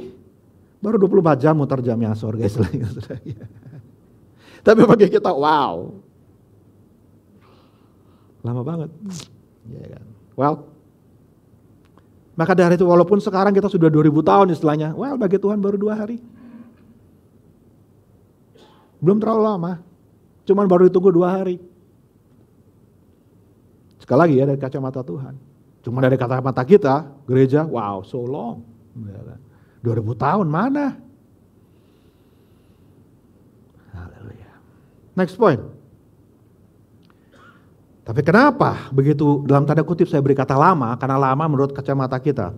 Tidak lama menurut kacamata Tuhan. Saudara, iya kan? Saudara percaya sama Tuhan Yesus, amin? Dia tidak pernah terlambat, amin? Kelihatannya lama tetapi tidak akan berlambat-lambat. Lazarus sudah mati 4 hari. No, dia masih tidur. Lazarus sudah mati 4 hari. No, dia cuma tidur. No worries. Mau 4 hari kayak, mau 4 bulan kayak, mau 4 tahun mati kayak, kalau Tuhan mau bangkitkan tetap bangkit aja. Karena waktu gak pernah jadi masalah buat dia. Cara percaya sama Tuhan Yesus yang ajaib? Amin? Waktu gak pernah jadi masalah bagi dia. Lama bagi kita, terlambat bagi kita, no. Gak masalah bagi Tuhan. Dan kenapa seolah-olah lama? Karena ayat 9, mari kita baca sama-sama Bapak Ibu ayat 9. Tuhan tidak lalai menepati janjinya. Yang percaya katakan amin. Sekalipun ada orang yang menganggapnya sebagai kelalaian, tetapi ia sabar terhadap kamu. Karena ia menghendaki supaya jangan ada yang binasa, melainkan supaya semua orang berbalik dan bertobat. Saudara bersyukur kalau Tuhan belum datang. Amin. Supaya apa? Supaya saudara kita yang belum kenal Tuhan masih dikasih kesempatan tuh kita bisa saksi sama mereka. Kalau seandainya Tuhan datang saat ini juga celaka dah. Keluarga kita, orang dekat kita, orang yang kita kasih yang belum kenal dalam Tuhan, ya udah, there's no more, nggak ada kesempatan lagi. Apalagi yang mau menikah, yang mau punya anak, ya Tuhan belum sempat punya. Bercanda. Belum sempat lihat anak saya besar, belum sempat lihat Rehan menikah nanti saya punya cucu. Istilahnya gitu saudara. Ya terang aja saya pengen tetap. Ya kalau bisa sih jangan buru-buru ya Tuhan. Haleluya. Tapi memang Tuhan itu sangat sabar sekali sama kita. Haleluya. Makanya dia gak cepet-cepet datang. Makanya hari Tuhan itu ya gak 5 menit lagi tiba-tiba dia sudah datang saudara ya. Well bukannya Tuhan gak bisa, bisa aja sih. Cuman satu sisi ya, it's a good thing. Kita masih diberikan kesempatan untuk bersaksi, kesempatan untuk mendoakan saudara kita yang belum kenal dalam Tuhan. Karena kekekalan nanti. Masa iya kita tega melihat saudara-saudara kita dalam kekekalan di tempat yang lain saudaraku ya kan. Next point. Dan ini yang harus kita lakukan kalau kita mau mempercepat hari Tuhan. Somehow kita menantikan hari Tuhan. Ya setuju katakan amin, saudara Tuhan. Kita menantikan kedatangan. Tapi kita juga yang akan menjadi faktor yang mempercepat kedatangan Tuhan. Hari Tuhan sangat mendahsyatkan dan ini yang kita mesti hati-hati. Ayat 10, tetapi hari Tuhan akan tiba seperti pencuri.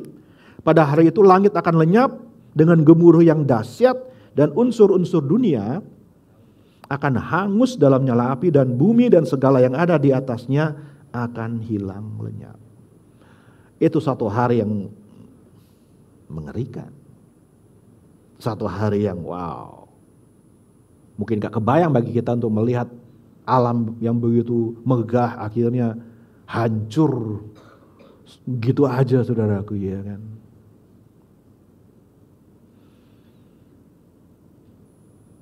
Gereja mula-mula percaya bahwa ayat ini salah satu penggenapannya adalah kita tahu tahun 70 Masehi Yerusalem dihancurkan oleh Jenderal Titus, Jenderal Romawi. Yang mana Jenderal Titus ini kemudian hari tahun 79 Masehi akan menjadi Kaisar Romawi menggantikan bapaknya Vespasianus, saudara ya. Akhirnya Titus menjadi kaisar. Dia yang bertanggung jawab atas kematian ratusan ribu orang Yahudi dibantai saat Yerusalem dihancurkan. Disalibkan sepanjang berkilo-kilometer, saudaraku, ya kan, orang Yahudi itu ketika mereka memberontak. Ini saya bicara sejarah, ya kan. Dan bait suci hancur seperti yang Yesus katakan, tidak ada satu batu berdiri di atas batu lainnya, itu karena Titus, Jenderal Titus, saking kejamnya. Dan karena dia yang dipakai Tuhan sebagai dalam tanda kutip antikristus pada waktu itu, pembinasa keji yang berdiri di tempat kudus, mereka percaya bahwa Titus ini akan mengalami pembalasan dari Tuhan.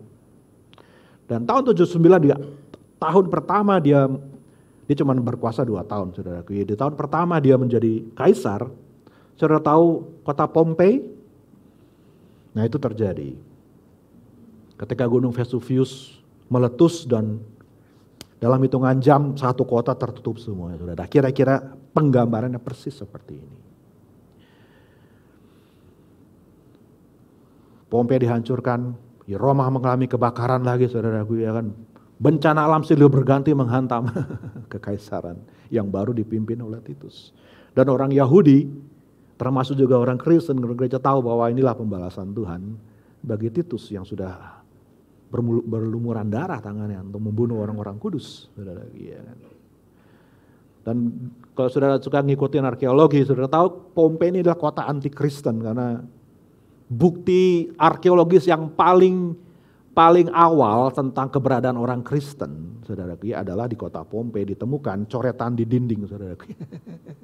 Yang mencoret di dinding menghina temannya yang menyembah Yesus. Dan di sana digambar, ya, Tuhan Yesus tergantung di kayu salib, maaf bicara, tapi kepalanya kepala keledai, saudara. Dan itu saudara bisa, ya saudara cek aja di Google, saudara bisa. Itu bukti pertama bahwa orang Kristen sudah sampai di Pompei dan mereka anti sama Kristen, mereka menghina Yesus yang mati di kayu salib. Dia katakan, itu masa Tuhan mati, Tuhan konyol, pasang kepala keledai di situ, ya kan. Wow, ya nggak usah heran Pompei dihajar sama Tuhan. Hari Tuhan tiba seperti pencuri bagi Pompei, saudara. Ya kan? Makanya next point, bahkan ada katakan ya, Tuhan sendiri bilang kalau bukan dipersingkat, dipercepat, nggak akan ada yang selamat. Karena apa, saudara? Satu pun di antara kita nggak ada yang sempurna hidupnya. Betul apa betul? Kalau bukan karena orang kudus, saudara bisa baca Matius 24-22. Kalau bukan karena orang kudus, kalau tidak dipersingkat, orang kudus pun, orang pilihan pun akan binasa semuanya pada hari Tuhan. Makanya harus dipersingkat, dipercepat. Dan kitalah yang mempercepatnya. Bagaimana caranya? Bahwa kita harus hidup. Kita baca sama-sama ayat yang ke-12 ya. Nah, ayat yang ke-11 sama-sama Bapak Ibu, ayat 11. 2, 3. Jadi, jika segala sesuatu ini akan hancur secara demikian, betapa suci dan salehnya kamu harus hidup. Sebenarnya sebuah pertanyaan itu. Kalau kamu tahu bahwa nanti hancurnya bakal kayak begitu, you know what? Kira-kira kamu gimana harusnya? Kamu pikir kamu bisa santai-santai hidupnya, gak takut akan Tuhan? Masih lama, I don't care, gak khawatir. Jangan khawatir, umur masih panjang. Kita gak tahu hari Tuhan itu tidak hanya terjadi secara global, tetapi hari Tuhan bisa terjadi secara individu. Saat kita dipanggil sama Tuhan, itu juga namanya hari Tuhan. Ada yang tahu kapan akan meninggal hari ini? Gampang, saya dikasih tahu masih berapa bulan lagi, masih berapa tahun lagi, santai, ya kan masih panjang, saya punya waktu kesempatan masih lama. No. Tuhan bilang hari Tuhan datang seperti pencuri. Bahkan dalam bahasa aslinya suara gemuruhnya itu seperti apa? Suara panah berdesing gitu saudara, ya kan saking cepatnya. Kok sudah tiba hari Tuhan tiba-tiba saudara, ya kan. Maka dari itu mari hidup kudus. Yang setuju katakan amin saudara, ya kan. Supaya apa? Supaya kita bisa menjadi saksi bagi mereka selama Tuhan masih kasih kesempatan. Tadi dikatakan karena Tuhan menghendaki supaya jangan ada yang binasa, melainkan semua orang berbalik dan bertobat. Gimana cara bisa berbalik bertobat kalau bukan karena kita bersaksi dan mereka lihat kehidupan kita yang menyenangkan hati Tuhan, yang berkenan kepada Tuhan. Haleluya. Maka dari itu kita punya tanggung jawab sosial, saudara ya. Kita bukan menjalani hidup kita hanya bagi diri kita sendiri, tapi hidup kita berdampak bagi orang lain, berpengaruh bagi setidak-tidaknya orang yang terdekat dengan kita lah. Pasangan kita, anak-anak, saudara, keluarga, ya kan. Kalau kita ikut Tuhan sungguh-sungguh, iman mereka pun juga dibangunkan, saudaraku, ya kan. Mereka juga jadi pengikut Tuhan yang sungguh-sungguh.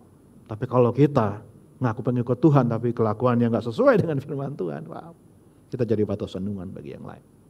Next. Maka dari itu hari Tuhan bagi kita yang percaya, masih mau baca firman semua? Halo? Masih mau baca firman, amin? Ayat 13 sama-sama. 2, 3. Tetapi sesuai dengan janjinya, kita menantikan langit yang baru dan bumi yang baru di mana terdapat kebenaran. Haleluya. Ini yang kita nantikan. Saudara, banyak orang, apalagi orang-orang yang pikirannya tidak tentang perkara-perkara yang di atas. Ayat-ayat yang kayak begini nih kayaknya sesuatu yang asing, sesuatu yang too far, Islam irrelevant, nggak relevan sama sekali buat kehidupan saya. Salahnya bukan di firman, salahnya di kita, karena kalau pikiran kita cuma mengarah yang di bumi ini, saudara. Maka ayat-ayat kayak begini kayaknya I don't really want a new heaven, new earth, new Jerusalem, whatever. No, I like here, I love here, I love this world. Yeah. Saya suka dunia ini. Kalau bisa saya nggak usah tinggalkan dunia, saya betah di sini. Yeah. Nah itulah yang bahayanya, saudara. Makanya Petrus mengingatkan kita. Oke, kadang-kadang kita kalau memang segala sesuatunya baik-baik saja kan kita kayak gitu, bukan? Kalau bisa, ku ingin tetap di sini. Tapi begitu mulai susah, mulai ada tantangan dan sebagainya, baru oh Tuhan cepat datang Tuhan. Kapan Yesus kembali, kapan Yesus kembali. Kalau udah susah begitu lagunya, ya kan. Tapi kalau udah senang, wah selalu. Kalau bisa 1000 tahun lagi deh kayak gini, selalu gitu ya kan. Makanya jangan tunggu saudara ngalamin susah dulu mau menantikan Tuhan, saudara. Ya kan, biarlah dalam susah maupun senang tetap menantikan Tuhan. Amin, amin, amin. Lebih baik dalam keadaan senang tapi tetap menantikan Tuhan daripada dibikin susah dulu baru menantikan Tuhan. Kapok lu. Mari kita menantikan Tuhan di setiap waktu. Haleluya. Makanya kita akan hidup dalam kebenaran di Yerusalem yang baru. Next point. Dan itu dimulai sekarang ayat 14 sama-sama Bapak Ibu. Sebab itu saudara-saudaraku yang kekasih, sambil menantikan semuanya ini, kamu harus berusaha supaya kamu kedapatan tak bercacat dan tak bernoda di hadapannya dalam perdamaian dengan Dia. Saudara sudah damai dengan Tuhan? Halo, hari ini saudara damai dengan Tuhan? Adakah ganjalan antara kita dengan Tuhan? Adakah masalah yang belum kita bereskan dengan Tuhan? Adakah kepahitan? Tidak mau mengampuni? Adakah perasaan musuh sama saudara sendiri? Ya, adakah kita masih kecewa sama Tuhan? Mungkin ada yang marah sama Tuhan, mungkin ada yang nggak terima sama cara Tuhan bekerja, ataupun ada satu hal yang menjadi ganjalan dalam hati kita pada Tuhan. Petrus berkata, biarlah engkau berdamai dengan Tuhan. Apapun yang mungkin tidak kamu mengerti, apapun yang kita alami yang mungkin kita salahkan Tuhan karenanya, you know what? Deal with it. Percayalah Tuhan nggak pernah salah. Apapun yang Tuhan lakukan, itu adalah yang terbaik, itulah rencana yang pasti mendatangkan yang baik bagi kita. Kitanya yang mungkin salah mengerti, kita yang salah paham, gagal fokus dan seterusnya. Kitanya harus mengadakan pemberesan, dan kita harus menerima, kita harus cukup lapang dada untuk kadang-kadang hidup ini tidak akan sesuai dengan harapan dan keinginan kita. Kita harus cukup bisa berdamai dengan hal tersebut. Dan hidup kekal adalah hidup yang dimulai sekarang. Katakan sekarang Bapak Ibu.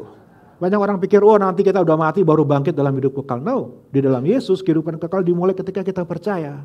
The eternal life start now. Kita mulai hidup di dalam kekekalan di sekarang. Nilai-nilai kehidupan yang kita jalani adalah nilai-nilai kehidupan yang kekal. Hal-hal yang kita kerjakan adalah hal yang akan berdampak di dalam kekekalan. Apa yang menjadi cita-cita kita, jadi harapan kita, apa yang menjadi goal dalam hidup kita adalah hal-hal yang selalu bernilai kekekalan. Karena kalau tidak, kita pikir bahwa hidup ini adalah tujuan akhir kehidupan kita, semua yang kita bangun, semua yang kita rencanakan, semua yang kita inginkan, semua yang kita harapkan, semua hal yang temporer yang ada dalam dunia ini, percayalah semuanya akan kita tinggalkan dan kita tidak tahu siapa yang akan mewariskannya nanti. Seperti kata pengkhotbah, bukan? Segalanya sesuatunya sia-sia. Kepada siapa aku berlalah, buat apa pada akhirnya akan kutinggalkan semuanya. Dengan telanjang aku datang, telanjang juga aku pergi, kata Ayub, saudaraku, ya kan, mau dibawa kemana semuanya? Kalau kita tidak punya sesuatu yang bernilai kekal, mau harap apa nanti di sana, saudaraku, ya kan? Karena segala sesuatu yang adalah hidup kita, seluruh umur hidup kita curahkan hanya untuk ada dalam dunia ini. Yang kita tahu pada akhirnya, kalau nggak dunia pencuri, ngengat dan karat menghancurkan, ya seenggak-enggaknya kita yang akan duluan ninggalin semuanya, saudaraku, ya kan? Maka dari itu umat Tuhan, mari hidup di dalam kekekalan dimulai hari ini, dimulai di sini, dan dimulai sekarang.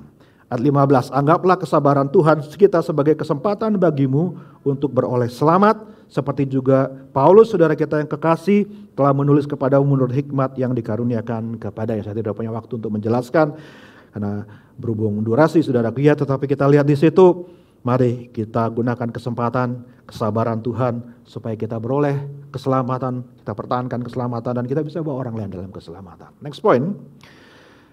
Dan mari kita jaga diri, hal itu ayat 16, hal itu dibuatnya dalam semua suratnya apabila ia berbicara tentang perkara-perkara ini, dalam surat-suratnya itu ada hal-hal yang sukar difahami. Paulus pendidikannya tinggi, Paulus ahli teologi, dia murid terbaik dari guru besar Yudaisme yaitu Gamaliel, saudaraku ya kan, he is the best student, gak usah heran orangnya pandai, tulisannya berbeda sekali dengan tulisan Petrus yang hanyalah seorang penulis penjala ikan, Pak, ya saudaraku ya kan, seorang nelayan, bahasanya sederhana saja, dia cuma bisa berbicara dalam bahasa Yunani yang sangat umum. Sementara Paulus kalau kita belajar surat-suratnya, wow dalam sekali teologi dalam dan sebagainya. Tapi banyak orang menyalahartikan dan tidak paham dengan tulisannya Paulus. Kenapa ya? Karena mereka nggak mau belajar, karena mereka nggak penting dan seterusnya.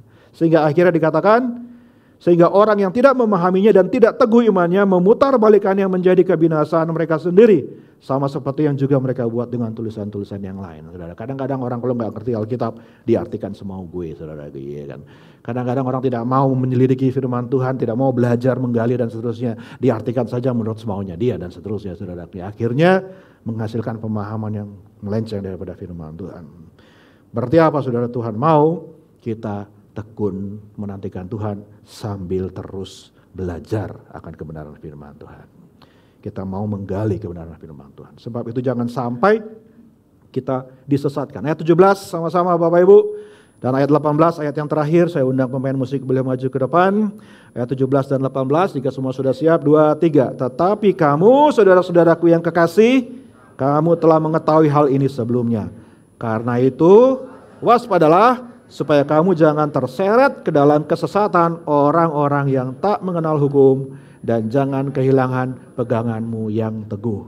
Tetapi bertumbuhlah dalam kasih karunia dan dalam pengenalan akan Tuhan dan Juru Selamat kita, Yesus Kristus. Baginya kemuliaan sekarang sampai selama-lamanya. Yang percaya katakan, amin. 3 hal, waspada sama kesesatan, tetap bertumbuh dalam kasih karunia, dan semakin bertumbuh dalam pengenalan akan Tuhan.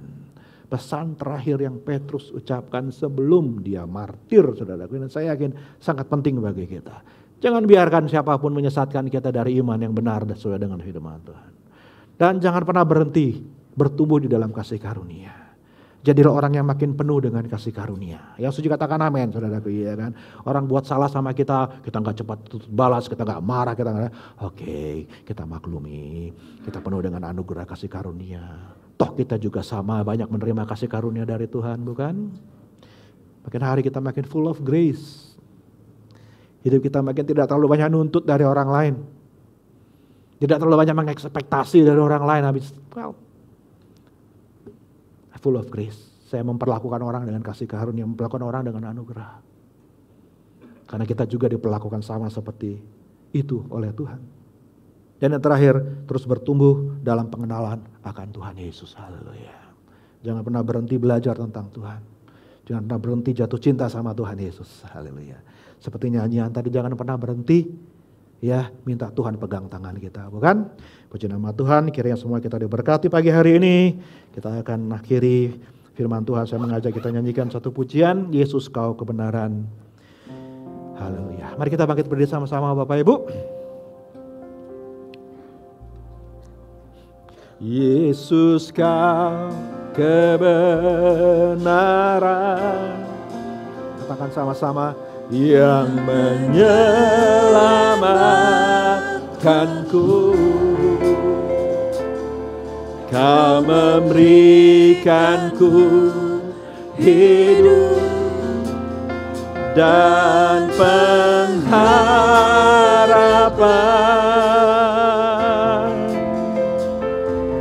Ku ikut kehendak-Mu,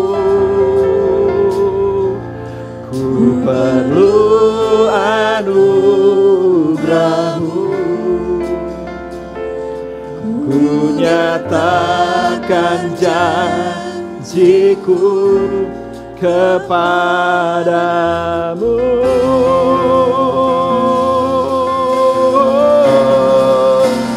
Kalau ku hidup bagimu, hatiku tetap menyembah-Mu. Dunia tak bisa menjauhkanku dari kasih-Mu. Katakan sekali lagi, kalau ku hidup, selama ku hidup bagimu, mataku tetap memandang-Mu. Dunia tak bisa menjauhkanku dari kasih-Mu. Mari kita jadikan ini janji kita di hadapan Tuhan. Yesus Kaulah kebenaran. Yesus Kau kebenaran yang menyelamatkan. Kau yang berikan kami kehidupan, Tuhan. Kau memberikanku hidup akan pengharapan. Benar Tuhan, hidup kami di dalam tangan-Mu Tuhan. Ku ikut kehendak-Mu, ku perlu anugerah-Mu. Yes Lord, ku nyatakan janjiku kepadamu. Yesus, Yesus, ini janji kami. Kalau ku hidup bagimu, hatiku tetap menyembah-Mu. Dunia tak bisa menjauhkanku dari kasih-Mu. Selama ku hidup, selama ku hidup bagimu, mataku tetap memandang-Mu. Dunia tak bisa menjauh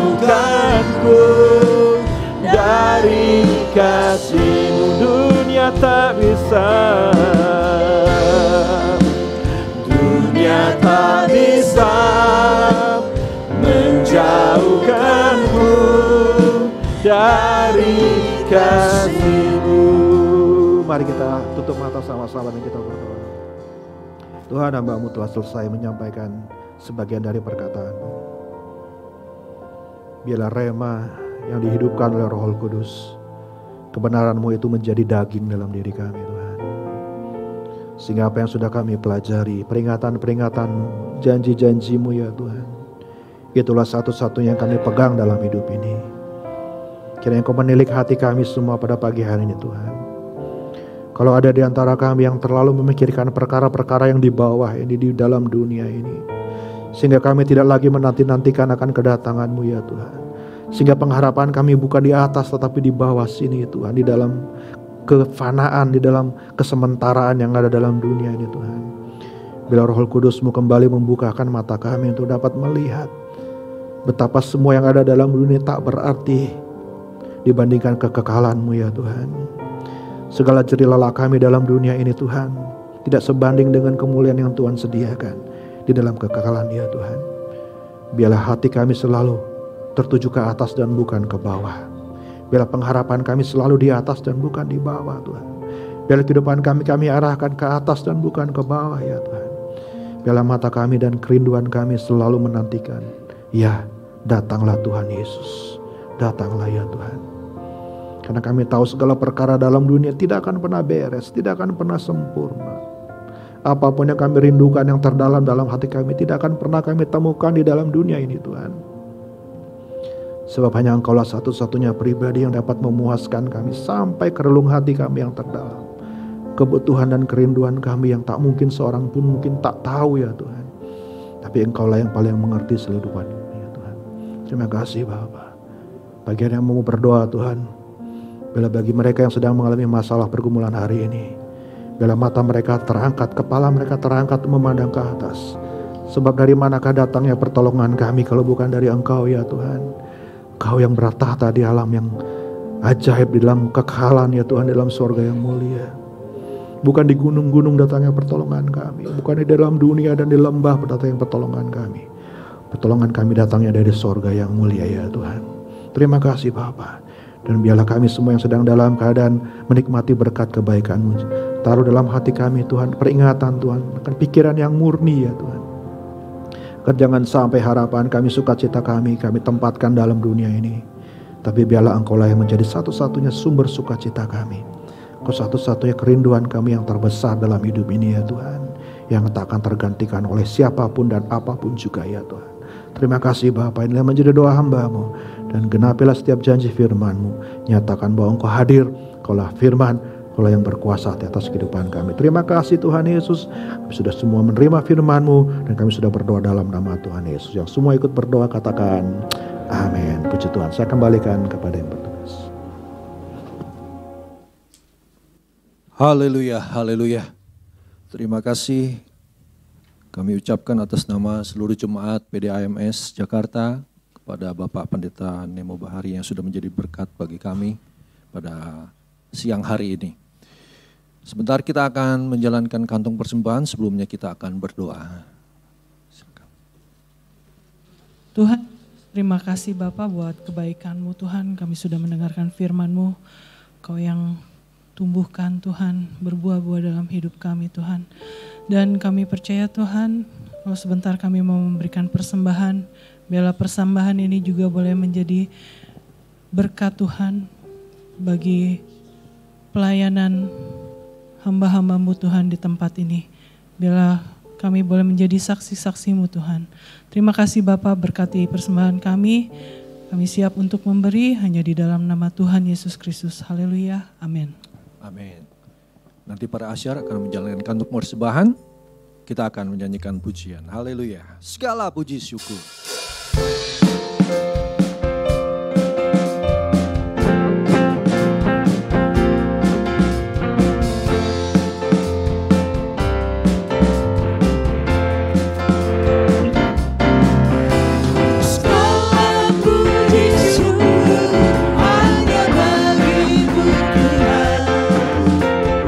Sebab Kau yang layak dipuja.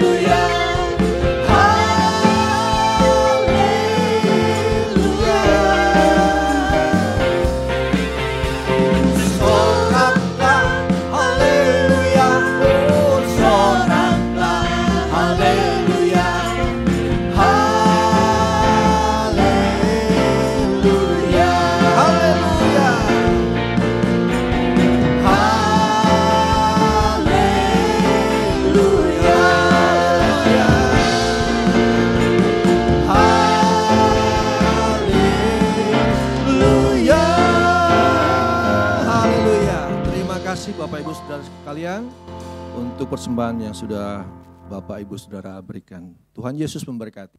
Kita akan tamatkan ibadah kita pada siang hari ini. Mari saya mengundang Bapak Ibu Saudara kita bangkit berdiri. Kembali nanti saya mengundang Bapak Pendeta Nemo untuk menutup doa bersama. Kemuliaan bagi Tuhan di tempat maha tinggi.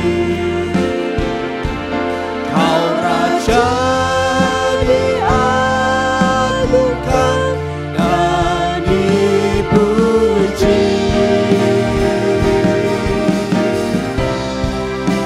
Datanglah kerajaanmu, jadilah kehendakmu. Seluruh bumi penuh kemuliaan-Mu. Kemuliaan bagi Tuhan. Kemuliaan bagi Tuhan. Segala kemuliaan bagi di tempat maha tinggi. Kau layak ditinggikan, diagungkan dan dipuji.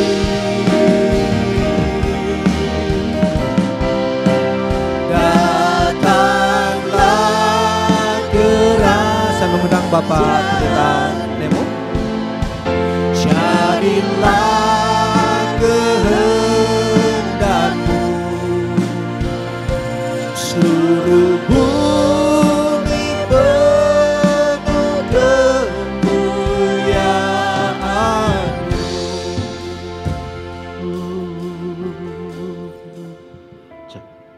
Mari kita arahkan hati kita kepada Tuhan di akhir ibadah ini. Terima kasih Tuhan, kami boleh mengakhiri ibadah pada pagi hari ini. Tidak akan pernah cukup kata, nyanyian, ucapan syukur, kesaksian kami, pujian kami Tuhan, yang dapat membalas segala kebaikan-Mu bagi kami. Tapi kami sudah datang untuk berikan yang terbaik buat Engkau ya Tuhan, karena kami tahu Tuhan selalu memberikan yang terbaik juga buat kami. Dan sebagai orang percaya bersama-sama Tuhan di ibadah ini, kami mengangkat iman kami sebagai imamat yang rajani. Kami mendoakan kota kami, kami mendoakan pemerintah kami mendoakan bangsa kami mendoakan tetangga di sekeliling kami ya Tuhan. Bila kehadiran kami boleh menjadi saksi bagi mereka Tuhan. Bila doa kami boleh memberkati mereka. Bila shalom ada atas Jakarta ya Tuhan. Shalom ada atas pemerintah negara Indonesia. Shalom ada atas seluruh rakyat dan bangsa kami ya Tuhan. Menjadi doa kami ya Tuhan, biarlah Engkau berkenan memberkati seluruh negeri kami Tuhan, dari ujung sampai ujung Tuhan. Bahkan pemimpin kami dari atas sampai ke daerah yang paling kecil atau paling rendah sekalipun Tuhan. Sertai mereka semua Tuhan. Lebih lagi kami berdoa kiranya Tuhan berkati setiap gereja-Mu yang beribadah dimanapun diadakan ibadah pada hari di negeri ini Tuhan. Bila doa kami menjadi satu ukupan yang naik dan berbau harum di hadirat-Mu ya Tuhan. Sehingga Engkau berkenan memberkati negeri kami, memberkati seluruh bangsa kami ya Tuhan. Dan betapa kami rindu melihat bangsa ini mengenal akan Engkau Tuhan yang benar. Betapa kami rindu melihat semakin banyak jiwa-jiwa masuk dalam kerajaan sorga. Dan biarlah apapun yang kami kerjakan dalam kehidupan ini sebagai umat-Mu Tuhan, Kau gerakan kami untuk menjadi saksi-Mu. Gerakan kami untuk berinvestasi bagi kerajaan sorga ya Tuhan. Jadikan kami pelayan-pelayan di dalam segala area dan bidang kehidupan kami masing-masing ya Tuhan. Terima kasih Bapa bagi jemaat-Mu yang tidak hadir saat ini, yang mungkin ibadah di rumah dalam keadaan sakit dan dalam keadaan dalam perjalanan Tuhan, maupun dalam keterbatasan apapun di Tuhan, kami doakan di dalam nama Tuhan Yesus. Tuhan lawati mereka, Tuhan berkati mereka juga kiranya. Dan sekarang jemaat yang dikasih Tuhan, mari angkat tanganmu dan arahkan hatimu kepada Tuhan. Terima berkat yang dijanjikan oleh Bapa Allah yang setia kepada kita. Berkat dari Tuhan Yesus yang awal dan akhir, yang tahu segala-gala dalam kehidupan kita. Berkat dari Roh Kudus yang menyertai kita, menyempurnakan kita, menghibur, menguatkan, memberi kita hikmat kebijaksanaan, supaya kita selalu berkemenangan di dalam segala perkara, sampai kita berjumpa satu sama lain dalam kesempatan berikutnya. bahkan sampai kita melihat Tuhan Yesus datang kali yang kedua, Maranatha. Diberkati oleh kita dalam nama berkat Bapa, Putra, Roh Kudus, yaitu dalam nama Tuhan Yesus Kristus. Kita terima berkat kita dengan iman dan katakan amin. Selamat pagi, happy Sunday, God bless you. Berikan jabat tangan kiri kanan, Tuhan Yesus berkati saudara semua.